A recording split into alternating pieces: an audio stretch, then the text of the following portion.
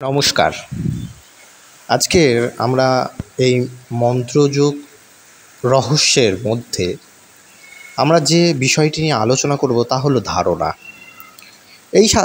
এই আলোচনাটি আমরা অতি সংক্ষিপ্তভাবে আলোচনা করব, কারণ এর বিশেষ ব্যাখ্যা করতে গেলে ভিডিওটি প্রচুর লম্বা হয়ে যেতে পারে।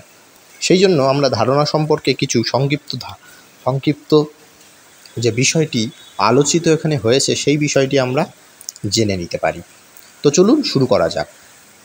আর সকলকে বলে রাখি, আমাদের চ্যানেলের যারা সদস্য রয়েছেন আপনারা আমাদের সাথে থাকুন, এবং আপনারা যেমন ভিডিও চান, আপনারা যেমন ভিডিও চাইছেন সেই রকম ভিডিও আমাদেরকে কমেন্টে করবেন, আপনারা কমেন্ট করবেন, আমরা সেই রকম ভিডিও আপনাদের সামনে আনার চেষ্টা করব। তবে অতি সংক্ষিপ্তভাবে আমরা করতে চাই জিনিসটাকে, কারণ আমাদের নানা সমস্যার কারণে আমরা বিশেষ লম্বা ভিডিও বানাতে পারি না।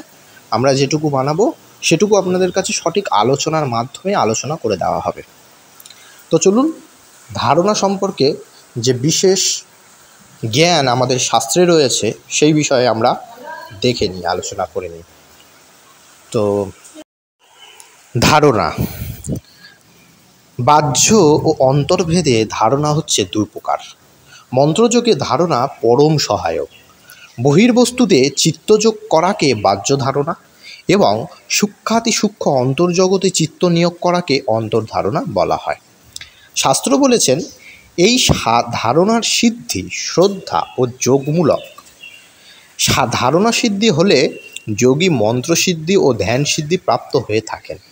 নিত্য ক্রিয়াশীল মন্ত্রযোগী ভক্তি, আচার, প্রাণ সংযম, জপ সিদ্ধি, দেবতা সান্নিধ্য, দিব্য দেশটিতে দৈব শক্তির আবির্ভাব এবং ইষ্টরূপ দর্শন, এই সমস্ত ধারণা সিদ্ধি দ্বারাই লাভ হয়ে কিন্তু থাকে।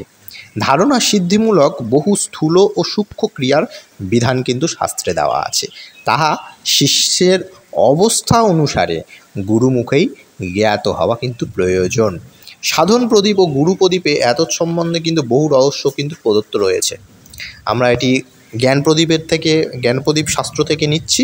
এছাড়া সাধন প্রদীপ ও গুরু প্রদীপেও কিন্তু এর রহস্য কিন্তু প্রদত্ত রয়েছে। আমরা যদি পরবর্তী সময়ে কোনো রহস্যজনক ধারণা সম্পর্কে কোনো রহস্যজনক বা কোনো অজানা জিনিস আমরা তথ্য পাই, তো সেইগুলো আপনাদের সামনে আবার আনার চেষ্টা করব, আবার শেয়ার করার চেষ্টা করব।